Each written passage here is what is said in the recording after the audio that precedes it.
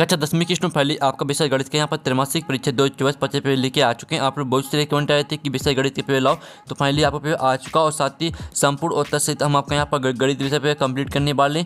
तो इस वीडियो को आपको एंड तक देखना और साथ ही पेपर देने से पहले आपको इस पेपर को यहाँ पर पूरा अच्छे से तैयार कर लेना, ठीक है। और वीडियो को लाइक कर लीजिए, चैनल को सब्सक्राइब कर लीजिए, क्योंकि पेपर लाने में बहुत ही ज़्यादा मेहनत लगती है। तो जो यहाँ पर लाइक का बटन है उसे यहाँ पर जरूर से दबा दीजिए, ठीक है। और आप यहाँ पर दिल्ली समय आपका 3 घंटे रहेगा, पूर्णांक 75 नंबर कराने वाला है। और आपके यहाँ पर आता है निर्देश सही प्रश्न हल करना अनिवार्य है। फिर आपका दूसरा प्रश्न के बाद 1 से 5 तक वस्तु प्रश्न जिनके लिए 30 अंक निर्धारित हैं। तो आप यहाँ पर निर्देश पढ़ लीजिए। आप चलिए स्टूडेंट जो आपके यहाँ पर गणित के पेपर वो देख लेते हैं, तो आपको जूम करके दिखाते हैं जिससे आप यहाँ पर अच्छे से देख पाएंगे। तो आप यहाँ पर दिल्ली सही व्यक्तियों के लिखिए, आपके 6 नंबर के आते हैं। तो आपका पहला आता है 96 और 404 का एचसीएफ होगा। तो आपका आता है 120, बाता 4 और 7 आपका 10 और दाता 3। तो जो आपको यहाँ पर 96 और 404 का एचसीएफ रहेगा वो आपका 4 करेक्ट आंसर हो जाएगा, ठीक है। फिर आपके यहाँ पर दूसरा आता है निम्नलिखित में से कौन सी अपरिमेय संख्या है। तो आपका आता है √2, बाता √3 और 7 √5 और दाता उपरोक्त सभी। तो यहाँ पर निम्नलिखित में से कौन सी अपरिमेय संख्या है, तो इसका करेक्ट आंसर आपका द हो जाएगा उपरोक्त सभी। फिर आपका यहाँ पर तीसरा आता है बहुपद x या 2 + 7x + 10 के शून्यक होंगे। तो जो आपका बहुपद दिया जाएगा इस बहुपद के आपको शून्यक बताना है, ठीक है। तो इसका आपका ऑप्शन आता है 2, 5 और बाता -2 - 5 और 7 -2 5 और दाता 2 - 5। तो जो आपका दिया बहुपद x या 2 + 7x + 10 के शून्यक होंगे, तो जो आपके शून्यक रहेंगे वो आपके हो जाएंगे -2 और -5, ठीक है। अब आपका चौथा आता है निम्नलिखित में से 2 चरों में रैखिक समीकरण है। तो आपका आता है 2x या 2 + 3y = 5। तो आपको यहाँ पर क्या करना है स्टूडेंट, आपको यहाँ पर 2 चरों में रैखिक समीकरण बताना है। तो इसका आपका यहाँ पर जो रैखिक का मतलब होता है कि बहुपद में कोई घात नहीं होनी चाहिए। तो आप यहाँ पर देखिए पहले जो बहुपद दिया इसमें 2 की घात है, इसमें भी 2 की घात है और इसमें भी आपकी 2 की घात है। लेकिन जो आपका दा है इसमें कोई घात की नहीं है, यानी आपके इसमें कोई घात नहीं है। तो 5x + 6 = 7 ये आपका आंसर हो जाएगा। फिर आपका आता है पाँचवा समीकरण x या 2 + x - 1 = 0 की मूलों की प्रगति होगी।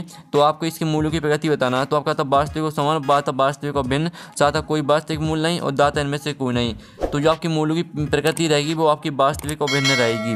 फिर आपका यहाँ पर 6वां आता, ठीक है, बिंदु -4 और -7 किस चतुर्थांश में स्थित हैं। तो आपका था प्रथम, बात द्वितीय, साथ तृतीय और दाता चतुर्थ।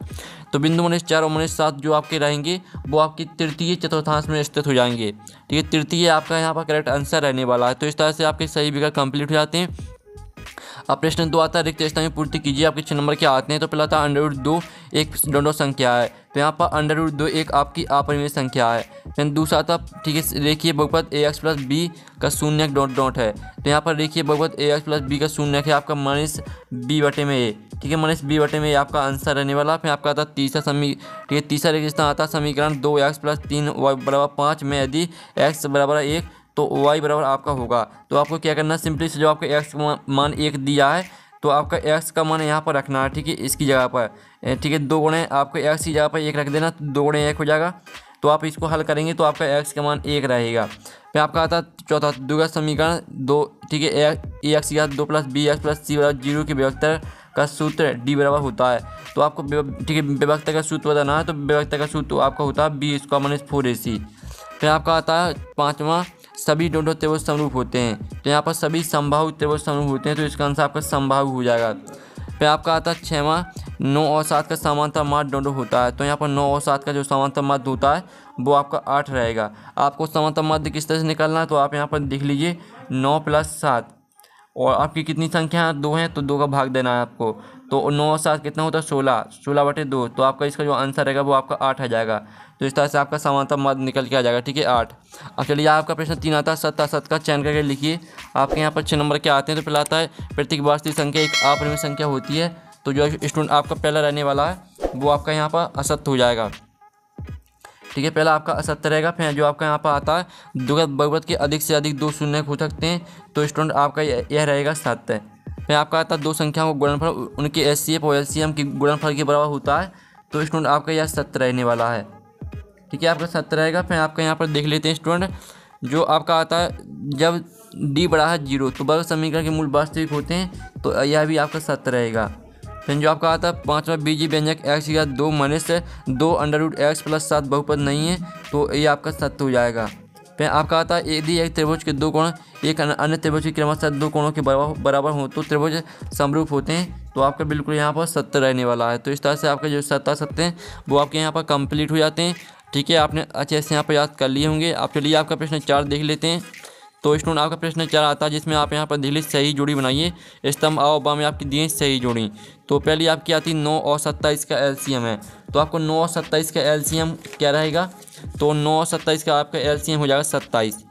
ठीक है, ये आपकी पहली हो जाएगी। फिर जो आपकी स्टूडेंट आपके यहाँ पर दी गई है, ठीक है, आप यहाँ पर देख लीजिए। फिर आपकी आती है द्विघात बहुपद ax की घात 2 प्लस bx प्लस c के शून्यकों का योग। तो इस बहुपद के आपको शून्यकों का योग बताना है। तो इसको मैच करना है आपको यहाँ पर माइनस b बटे में a से। फिर आपकी आती है x प्लस 2y प्लस 3 बराबर 0 में यदि x बराबर 0 तो y बराबर आपका क्या रहेगा? y का मान बताना है। तो y का मान आपका रहेगा माइनस 3 बटे में 2। ये आपकी तीसरी हो जाएगी। और जो चौथी आती है द्विघात समीकरण x माइनस 3 बराबर 0 के मूल। तो जो इसके मूल रहेंगे वो आपके 0 3 हो जाएंगे। ठीक है, आपकी चौथी हो जाएगी। फिर जो आपकी पाँचवीं आती है समांतर श्रेणी का n पद। तो ये आपका हो जाएगा a plus n minus D. ठीक है, ये आपकी पाँचवीं हो जाएगी। और जो आपकी छवीं यदि सभी संभावित होते हैं तो समरूप होते हैं, ये आपकी छवीं हो जाएगी। ठीक है, इस तरह से आपकी जो सही जोड़ी है वो आपके यहाँ पर कंप्लीट हो जाती हैं। हमने यहाँ पर नंबर लिख दिए कौन में वो कौन सी मैच करनी, तो आप यहाँ पर देख लीजिए। अब आपका यहाँ प्रश्न 5 आता है, एक शब्द वाक्य में उत्तर दीजिए। आपके 6 नंबर के आते हैं। तो पहला द्विघात समीकरण का मानक रूप लिखिए। तो इसका आंसर आपका हो जाएगा ax² plus bx plus c बराबर 0। ठीक है, ये आपका यहाँ पर हो जाएगा द्विघात समीकरण का मानक रूप। यहाँ आपका था देखिए समीकरण y बराबर mx प्लस 3 में यदि x बराबर माइनस 2 y बराबर 5 हो तो m का मान क्या होगा? तो आपको x और y के मान इस समीकरण में रख देना है। तो जो आपका यहाँ पर m का मान रहेगा वो -1 रहेगा। ठीक है, m बराबर आपका यहाँ पर देख लीजिए m बराबर आपका -1 आ जाएगा आंसर। फिर आपका आता है -2 और 4। ठीक है, -2 4 10 का सार्वंतर क्या होगा? तो आपको सार्वंतर निकालना। तो ठीक है, आपका इसका जो सार्वंतर रहेगा वो आपका हो जाएगा, ठीक है, 4 -2। ठीक है, तो इस तरह से आप इसको यहाँ पर हल करेंगे तो आपका आ जाएगा इसका जो आंसर। तो स्टूडेंट इसका जो आपका यहाँ पर आंसर क्या रहेगा? तो आप इसको यहाँ पर ठीक है द्वितीय पद माइनस प्रथम पद। तो आप यहाँ पर देख लीजिए माइनस आपका प्लस हो जाएगा, माइनस का 6 आ जाएगा आपका इसका। सॉरी, इसका माइनस का नहीं आएगा आपका यहाँ पर प्लस का 6 आ जाएगा। ठीक है, 6 आपका इसका आंसर रहेगा। तो इस तरह से आपके यहाँ पर आ जाएगा सार्वंतर। और फिर आप यहाँ पर देख लीजिए क्या सही वर्ग समरूप होते हैं। तो आपको लिखना हाँ। ठीक है, हाँ आपको लिखना है। फिर आपको आता है समीकरण जिसमें चर की अधिकतम घात 2 हो तो वह कौन सा समीकरण कहलाता है? तो इसका आंसर रहेगा वर्ग समीकरण। ठीक है, वर्ग समीकरण कहलाता है। तो वर्ग समीकरण आपका इसका आंसर हो जाएगा। फिर आपका आता है मूल बिंदु के निर्देशांक क्या है? तो मूल बिंदु के निर्देशांक होते हैं आपके 0 0। तो इस तरह से आपके जो ऑब्जेक्ट हैं वो कंप्लीट हो जाते हैं। आप प्रश्न 6 संख्या 135 और 225 का एचसीएफ ज्ञात कीजिए। तो स्टूडेंट जो आपको दिया संख्या 135 और 225 का आपको एचसीएफ निकालना है। तो आप यहाँ पर देख लीजिए इस तरह से आपको एचसीएफ निकालना है। ठीक है, आप इसका जो आंसर है वो आप यहाँ पर देख लीजिए इस तरह से निकालना है आपको एचसीएफ। 135 को आपको पहले 3 से काटना है। फिर आपको यहाँ पर देख लीजिए इसको भी आप यहाँ पर देख लीजिए इस तरह से जो इसका एचसीएफ रहेगा वो आपका 45 आ जाएगा। ठीक है, 45 आपका इसका आंसर आ जाएगा। आप यहाँ पर देख लीजिए इस तरह से आपका आंसर रहेगा। फिर आपके यहाँ पर देख लीजिए इसका अर्थ आता है एचसीएफ 3 6 और 6 संख्या को 9 दी जाएगी, इसे एलसीएम निकालना है। तो इसका आंसर आपको खुद करना है। फिर आपका आता है 10 है कि 5 माइनस √3 एक अपरिमेय संख्या है। तो जो इसका आंसर वो हम यहाँ पर देख लेते हैं। ठीक है, तो स्टूडेंट आप यहाँ पर देख लीजिए ये आपका इसका आंसर। यदि संभव हो तो माना 5 माइनस √3 एक अपरिमेय संख्या नहीं है, अर्थात 5 माइनस √3 एक परिमेय संख्या है, तब परिभाषा से। ठीक है, 5 माइनस √3 बराबर p बटे में q। तो 5 माइनस p बटे में q बराबर √3 या। ठीक है, आप यहाँ पर देखिए 5q माइनस p बटे में q बराबर √3।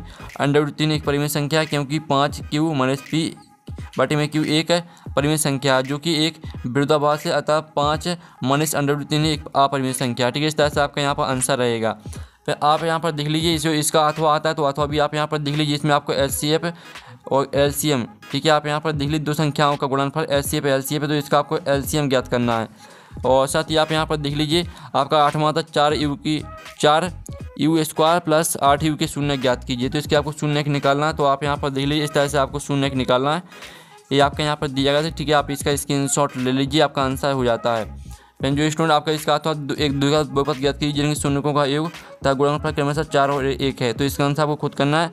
हम दोनों में से आपका एक का आंसर कराएंगे। ठीक है, 9वां था बहुपद x की घात 2 प्लस 4x प्लस 8 के शून्यकों का गुणनफल ज्ञात कीजिए। और जो आपका यहाँ पर दिया गया, ठीक है, और जो इसका आपके यहाँ पर अथवा होता है द्विघात बहुपद x की घात 2 + 7x + k के शून्यों का गुणनफल 10 है। तो k का मान निकालना है आपको। तो इसका जो आपका आंसर रहेगा वो हम आपको यहाँ पर दिखा देते हैं, ठीक है स्टूडेंट।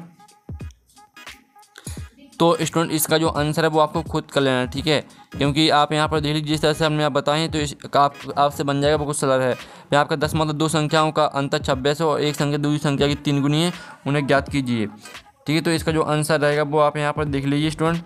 इसका जो आंसर रहेगा वो हम आपको दिखा देते हैं। तो इस तरह से आपका इसका आंसर रहने वाला, माना पहली संख्या x और दूसरी संख्या y है, ठीक है। तो प्रश्नानुसार आप यहाँ पर पूरा स्क्रीनशॉट ले लीजिए, ठीक है। इस तरह से आपका जो आंसर रहने वाला वो हम आपको दिखा देते हैं। तो आप यहाँ पर देख लीजिए ये आपका पूरा का पूरा आंसर। तो अतः पहली संख्या 39 और दूसरी संख्या आपकी 13 रहेगी, ठीक है। इस तरह से आंसर रहने वाला है। फिर आपका जो इसका अथवा आता है दो संपूरक कोण में बड़ा कोण छोटे कोण से 18 डिग्री अधिक होने ज्ञात कीजिए। तो इसका आंसर खुद करना है। फिर आपका समीकरण एक में x + y = 14 और x - y = 4 को प्रतिस्थापन विधि से आपको हल करना है।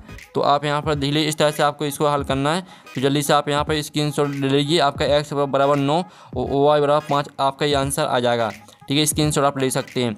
अब चलिए स्टूडेंट आपका जो इसका अथवा है, अथवा में आपको विलोपन विधि से हल करना है। तो इसका आंसर आपको खुद करना है।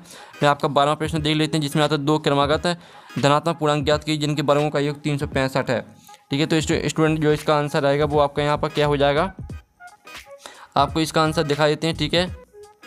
तो स्टूडेंट आप यहाँ पर देख लीजिए ये आपका पूरा का पूरा आंसर। इस तरह से आपका इसका आंसर रहने वाला। तो आप इसका स्क्रीनशॉट ले सकते हैं।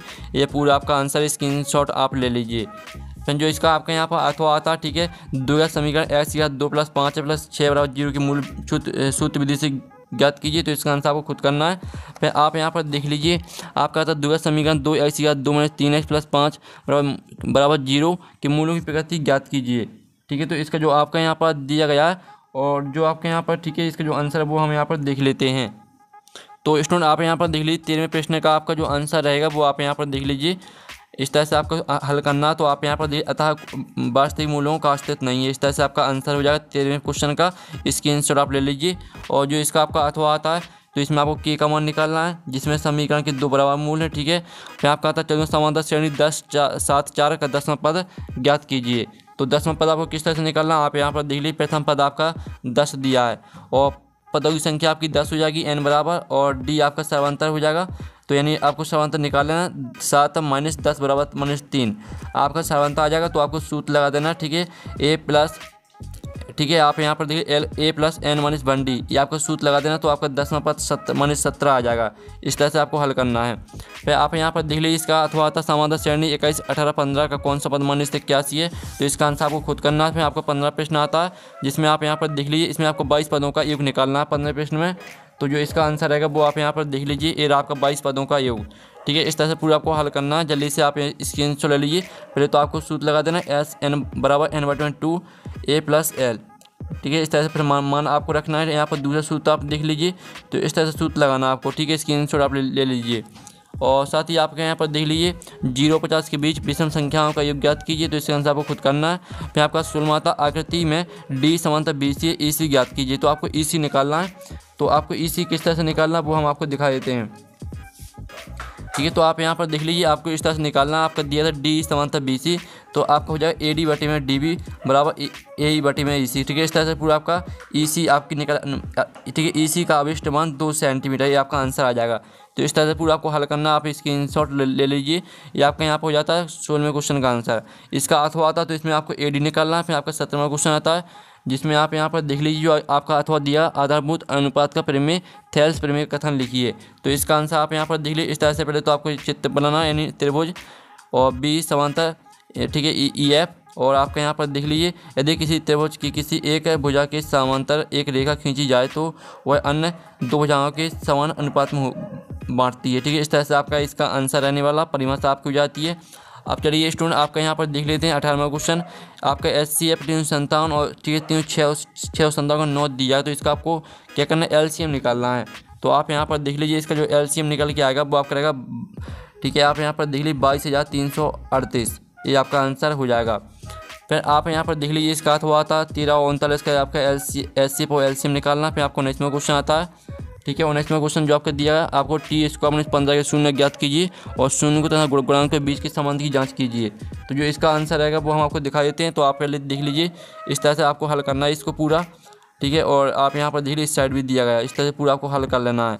अब चलिए आपका यहाँ पर आता 20वां प्रश्न और 21वां प्रश्न, ठीक है, 22वां और 23वां। इनके जो आंसर हैं वो आपको टेलीग्राम ग्रुप में मिल जाएंगे। और पेपर का PDF डाउनलोड करना चाहते हैं तो लिंक वीडियो के डिस्क्रिप्शन में दी गई है, तो वहाँ से आप पेपर PDF डाउनलोड कर सकते हैं। तो नेक्स्ट वीडियो में थैंक्स फॉर वॉचिंग।